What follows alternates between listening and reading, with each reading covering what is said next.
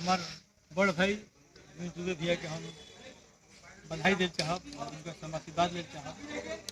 और पूरी टीम के हमारा तरफ से शुभकामना। बहुत बड़ा खुशी है कि आज पहला बार हमनी के शुभकामना के साथ या मुहूर्त के साथ हमार भुजाई हमनी के साथे बड़ी इनका आशीर्वाद पर हमेशा हमनी के मिलल बा और दिल भरी दीवाना हमनी के पहले रही जा भैया के साथ लास्ट फिल्म हम पहले रही और आज फिर भैया के साथ 2 साल के बाद हमनी के भैया के प्रोडक्शन में निर्माता निर्देशक अरविंद भैया बानी और मैं नागिन तू सपेरा में अरविंद जी और निधि झा जी और चांदनी सिंह जी बड़ी और फिल्म में तमाम भोजपुरी दर्शक के बड़ा बढ़िया चीज़ अरविंद भैया परोसे जा रहा बड़े और पूरा आशा बाटे कि पब्लिक के ही प्यार मिली और अरविंद चुबे भैया जहाँ रही हैं जैसे भी रही हैं हमेशा मस्त रही हैं बाढ़ लेखा बढ़ियात रही हैं कारण कि दिले बड़ा इंडस्ट्री के ले निकल शायद जिन्होंने दिया है दिया नहीं। भैया किस तरह धन्यवाद देवल चाहब इतना आपके प्रशंसा कर रहे हैं फिल्म का अरुण भाई हमारे छोट भाई समान बड़े बहुत बहुत से फीडबैक दिए बहुत बहुत थैंक्स। इनको किस रूप में इसमें कास्ट कर रहे हैं? हम रोज तो बरियारी लिए हालांकि एक चीज और बा हम फिल्म में बहुत सारा काम किए बनी 30-32 फिल्म में काम किए बनी लेकिन मैक्सिमम 2 फिल्म छोड़ के भैया के हर फिल्म में हम छोट रोल या बड़ रोल में होकर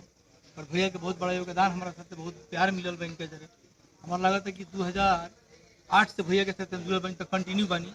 बीच में 2 साल ब्रेक रहा कुछ कुकुर सियार के चक्कर में हमारी गलती से ऐसे फिर से वापस 2 साल के बाद बड़ भाई छोट भाई बनी जा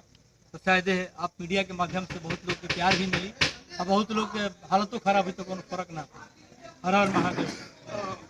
साथ ही हमने के विजेंद्र भैया जाइल बड़े कॉमेडी किंग बने हमने के इंडस्ट्री खेती।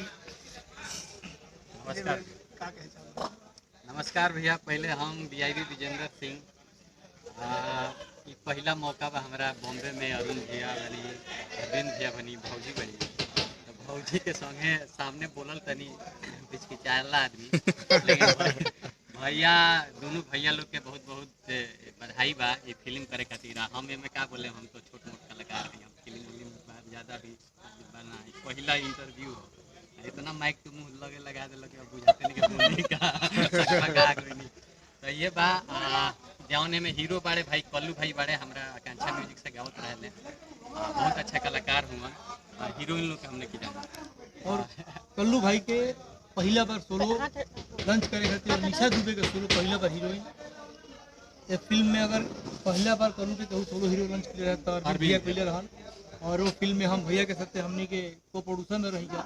और निशा दुबे के भी पहला बार ब्रेक अगर हीरोइन के दिले रहता भैया दिले रहा पोखरी बड़ा समस्या आई रहे बीच में लोग बहुत अगेंस्ट भी फिर भी भैया उनका रख ले और रहीम भैया एक एक बत्ती हम कहानी भोजपुरी में कि भैया दिले बड़े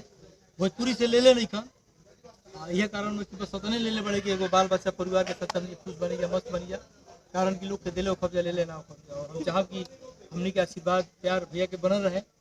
और हम रीढ़ी बनी भैया खातिर और भौजाई से हमने के आशीर्वाद ले चाहब। अरुण भैया इतना बात कह दिलत एगो बात ई कह दी कि यहाँ के बहुत लोग के चांस दिले बनी तो हम भैया 25 करोड़ भोजपुरिया भाई लोग के आशीर्वाद से बम्बई ले पहुंचल बनी भैया भौजी कहिया आशीर्वाद देता लोग देखे के बाद एम अरुण भैया के बड़ा सहयोग रही अरुण भैया के लिट्टी के खाला का स्टार बन जाला काले लिट्टी खाएंगे घरे हम जा रहल बनी वाला बस्ती ठीक बा अरविंद भैया के हम चाहें कि यही आशीर्वाद देखा हमनियों के कुछ जुगाड़ लगाओ ठीक बा भाभी भाभी हमारा शुभकामना भाभी जी आपका शुभकामना बोलेंगे पूरा टीम में शुभकामना पूरा इंडस्ट्री आयल बाटे और